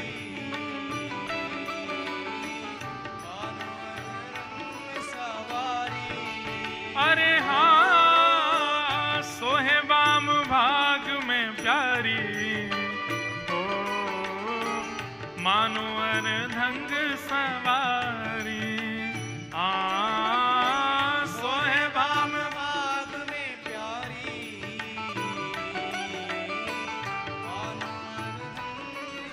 अब जैसे ही जोगी बगल में जाके खड़ो भयो, किशोरी जी के गले में गलवैया डाल के, ललिता विशाखा बोली अरे लयोरी बेलन हमारा, या की हिम्मत कैसे भाई, हमारी किशोरी जी के गले में गलवैया डाल खड़ो है। जैसे ही ललिता विशाखा दौड़ करके आई किशोरी ठाकुर जी पर नेक थोड़ो प्रहार करवे के काजे, इतने में ही ठाकुर जी ने अपने अंग की मलियागिरी चंदन की भस्म को हाथ में लियो और जोर की फूंक मारी। महाराज वही से ही सबरी गोपी मंत्र मुग्ध है के निहाल है गई। हो मोहन मंत्र फूंक के मारी, सब ब्रज मोहिनी डारी। मोहन मंत्र फूंक के मारी, सब ब्रज मोहिनी डारी। अरे हाँ सब ब्रज मोहिनी डारी। सब ब्रज मोहिनी डारी। ओ जोगी रंग मीनाया, अच्छा शंगी नाद बजाया। जोगी रंग मीनाया, अच्छा शृंगी नाद बजाया। ओ जोगी रंग बीनाया, अच्छा शृंगी नाद बजाया। जोगी रंग मीनाया, अच्छा शृंगी। श्री युगल बिहारी बिहारिणी जी सरकार की।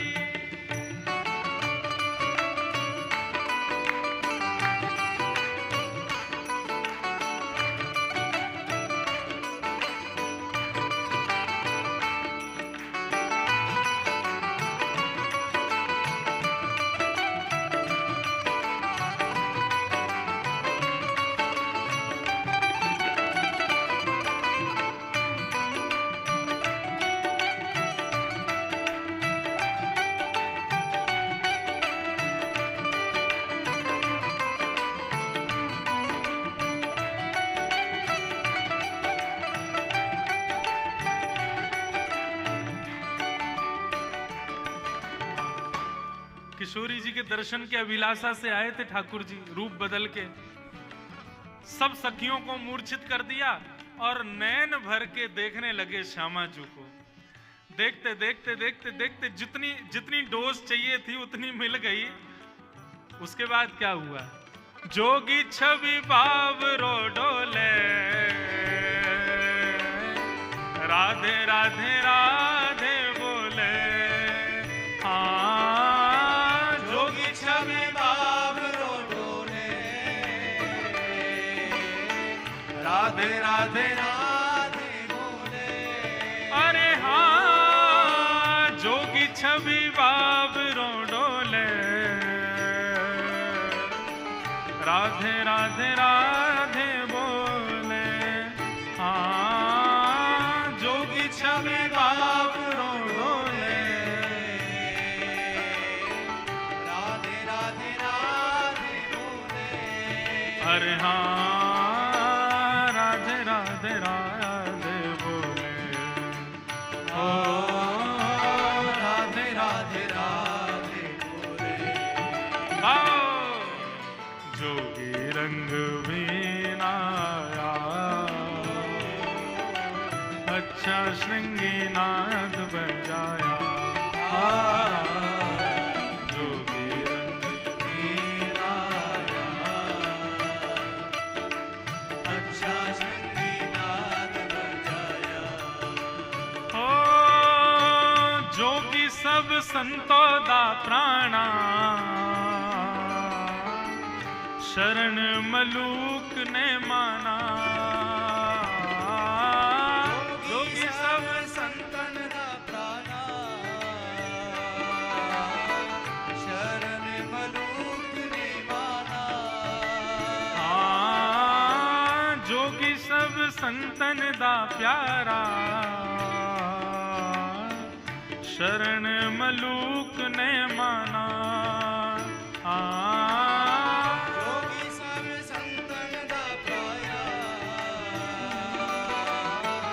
शरण मलूक ने माना, अरे हाँ शरण मलूक ने माना, ओ शरण मलूक ने माना, ओ जोगी रंग बीनाया, अच्छा श्रृंगी नाद बजाया, ओ जोगी बीनाया, अच्छा संगीनाद बजाया, जोगी रंग बीनाया, अच्छा श्रृंगी नाद बजाया, जोगी रंग बीनाया, अच्छा संगीनाद बजाया, जय राधे राधे, राधे राधे, श्री राधे राधे, राधे राधे, जय राधे राधे, राधे राधे, श्री राधे राधे, राधे राधे, जय राधे राधे, राधे राधे, श्री राधे राधे, राधे राधे, जय राधे राधे, राधे राधे, श्री राधे राधे, राधे राधे, जय राधे राधे, राधे राधे, श्री राधे राधे, राधे राधे, जय राधे राधे, राधे राधे, श्री राधे राधे, राधे राधे, जय राधे राधे। राधे राधे। भैया जमाई पक्ष के हम हैं और लाली पक्ष के आप लोग हो, और हम ज्यादा श्रम करें आपको देखने में अच्छा लग रहा है, हम ही गावे हम ही ताली बजावे, नहीं भुजा उठा के भाव से गाओ, श्री राधे राधे, राधे राधे, जय राधे राधे, राधे राधे, वृषभानु दुलारी, राधे राधे, बरसाने वारी, राधे राधे, श्री कीर्ति प्यारी, राधे राधे, वृषभानु दुलारी, राधे राधे, श्री कृष्ण प्यारी, राधे राधे, वृंदावन वारी, राधे राधे, जय राधे राधे, जय राधे राधे, जय राधे राधे, जय राधे राधे, जय जय।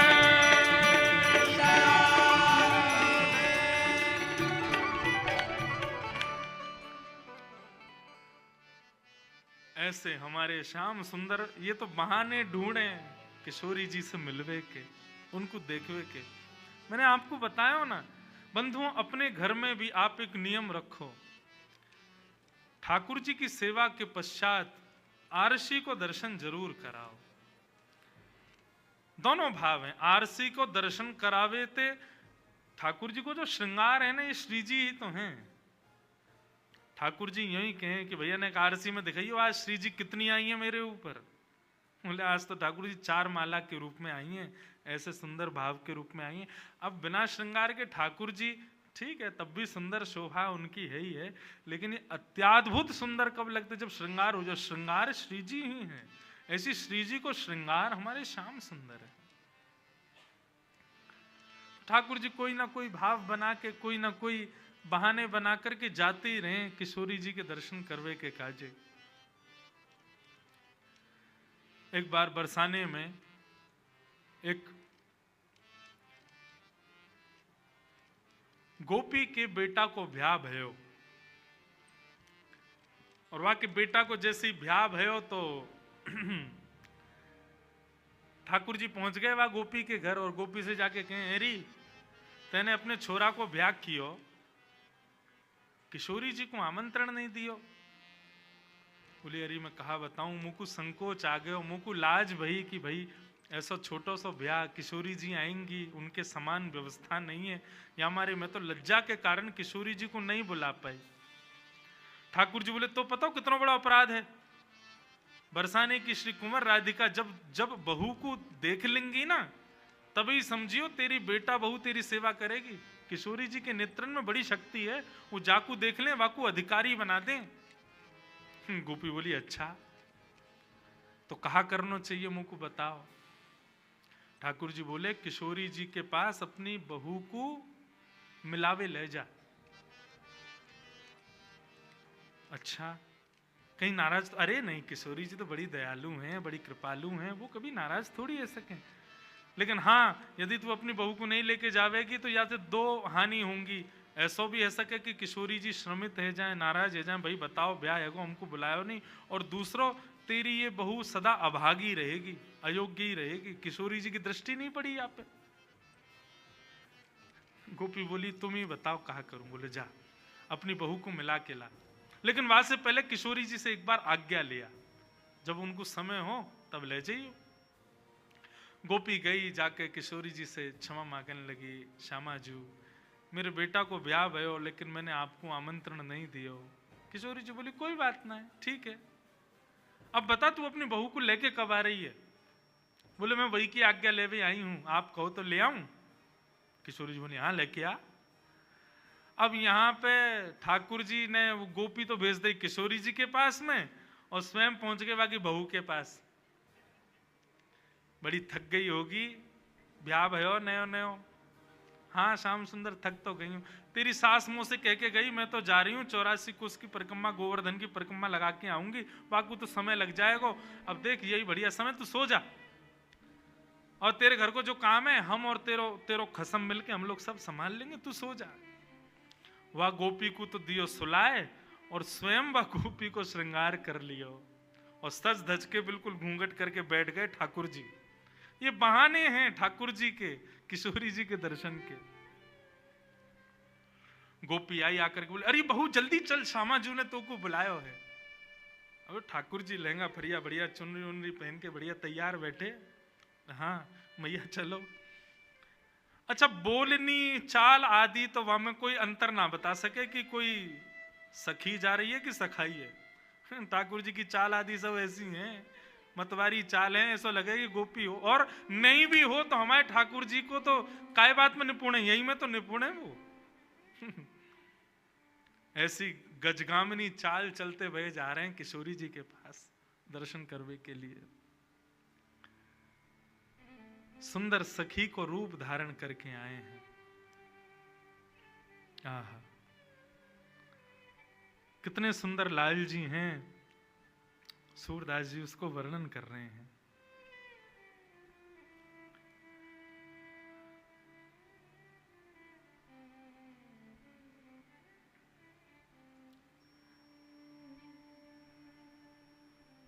ठाकुर जी ने जैसी बरसाने में निज महल में प्रवेश किया, ठाकुर जी की चाल देख करके, ढाल देख करके, उठवे बैठवे के तरीका, अभी मुख तो कोई ने देखो ही ना है, लेकिन चाल आदि इन सब में ही इतना आनंद भयो कि किशोरी जी की सब सखियां निहाल हो गई। और सब गोपी कहें, बोली वारी गोपी तो बहुत बढ़िया बहू लेके आई है, या कि तो चाल देख करके या कि बैठवे के तरीका देख करके ऐसे अचक अचक के चलवे के भावन से ही पता चल रहा है कि भैया बड़ी बड़ी सुधी बहू है तेरी। आहा। सूरदास जी महाराज का ये पद इतना सुंदर है कि ललता विशाखा किशोरी जी के रूप में ठाकुर जी को देख कर के कह रहे हैं,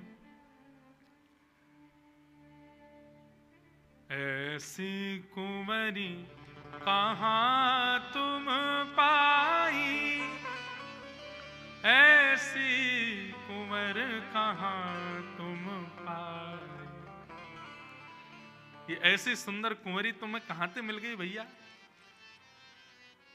राधा हूते नख सुख सुंदरी, हमारी किशोरी जी से भी नख से सिक तक नेक सुंदरी लग रही है।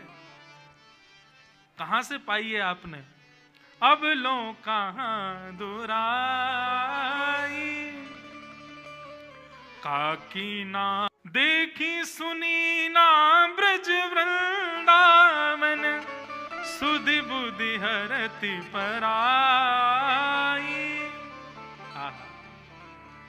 ऐसी चाल वारी, ऐसे सुंदर भाव वारी, अरे इतना सुंदर शिष्टाचार है, देख पल्लू भी ऐसे पकड़ के अपने घूंघट को बैठी है, इतना सुंदर पकड़ वो भी हमने ना देखो। अभी तक तो केवल चाल डाल पे ही मोहित हुई है सब गोपी। किशोरी जी बोली, अरे सखी चल मुख दिखा अपनो। अब यहाँ काय को शर्मा रही है, ना तेरे ससुर हैं ना तेरे जेठ जेठानी है, यहाँ काय को शर्मावे, चल मुख दिखा। ठाकुर जी मुख गिला में नहीं। बहू कह, सास कह रही है, किशोरी जी से मना कर रही है, जल्दी कर मुख दिखा अपनो। ठाकुर जी कह, नहीं मुख नहीं दिखावेंगे। ललता बोली, अरे किशोरी जी समझ गई, सुंदर तो बहुत है, लेकिन वही बात है ना, संसार में आवे वाले हर व्यक्ति में एक दुर्गुण तो होवे, या के अंदर दुर्गुण है। किशोरी जी बोली, कैसा दुर्गुण? नेक मांग रही है, नेक दो, मुंह दिखाई में कहा दोगे, पहले ये बताओ तब मुख दिखावेगी अपनो। किशोरी जी बोली, अच्छा मुंह दिखाई चाहिए, लाओ भाई नवलखा को हार लाओ, ले ये हार तो को देंगी, अब दिखा दे मुख। अब भी मना करे, वो ना या से काम नहीं चलेगा। सुंदर सुंदर आभूषण धर दिए, सुंदर सुंदर रत्न धर दिए, लेकिन सबन को नकार देवे, बोले ये सब कछु नहीं चाहिए। तब ललता विशाखा दोनों कहीं तो कुछ चाहिए कहा। सो ठाकुर जी धीरे से इशारा करें ललता की ओर, बोले जहां ही ललता खड़ी है वहां मुंह को खड़ा होना है, आपको संग चाहिए, इशारे में बताए हो। किशोरी जी बोली, अच्छा निज महल में निज सहचरीन को संग चाह रही है। सोई ठाकुर जी से रिलाया, बोले हाँ यही चाहिए। बोले अच्छा ये चाहिए तो हम तो को निश्चित प्रदान करेंगे। धन्य सुहाग भाग है या को, यह जुवतन की मन भाई, सूरदास प्रभु हरिष मिले हंसी, ले उर कंठ लगाई। जैसे किशोरी जी ने कही कि हम अपनी निज सहचरी में तो को वास देंगे, ये नेक स्वीकार कर। जैसे ये नेक दियो है, तुरंत श्याम सुंदर ने अपनो पल्लू जैसी हटायो, श्याम सुंदर को मुखमंडल देख करके सब गोपियां तो निहाल हो गईं, और किशोरी जी ने जाकर के ठाकुर जी को हृदय से लगा लिया। ऐसे मधुर लीला, मधुर मिलन के भाव को देख करके सब सखियां बलैया ले रही हैं ठाकुर जी की। ऐसे हमारे लाल जी दुनिया भर के नाटक बना बना करके, दुनिया भर के भाव निर्मित करके किशोरी जी के दर्शन करवे जाओ। ऐसी श्याम सुंदर की मधुर लीला हमारे ब्रज में सुनाई जामे। सदा चिर जीवो यह जोरी, बस हमारी तो यही भावना है कि हमारे लाल जी हमारी किशोरी जो, हमारी श्यामा जो सदा ऐसे प्रसन्न रहें, बस इनकी प्रसन्नता ही हमारा सर्व सुख है। तो भैया ऐसे मधुर मधुर लीलाएं हैं ठाकुर। अब देखो ये सब भावना सब कथाओं में नहीं सुनाए जाते, अधिकारी अनधिकारी का भाव रखना पड़ता है। अब ठाकुर जी की इन लीलाओं को यदि सामान्य व्यक्ति सुनेगा ना, तो ठाकुर जी के प्रति दुर्भाव प्रकट करेगा। बताओ, ये भगवान हो के ऐसी लीला करते? अरे भैया, ये भगवान हो को जगत के लैया, ये हमारे ब्रजमंडल को तो लाला है। ललित किशोरी प्राण धन जे ब्रज को एक खिलौना है। ये तो हमारे ब्रज के खिलौना है, वहां वही भाव से विराज रहे। तो ऐसे मधुर भाव और सुंदर हम सुनेंगे। एक सुंदर आपको प्रति प्राप्त हुई है सब लोगों को।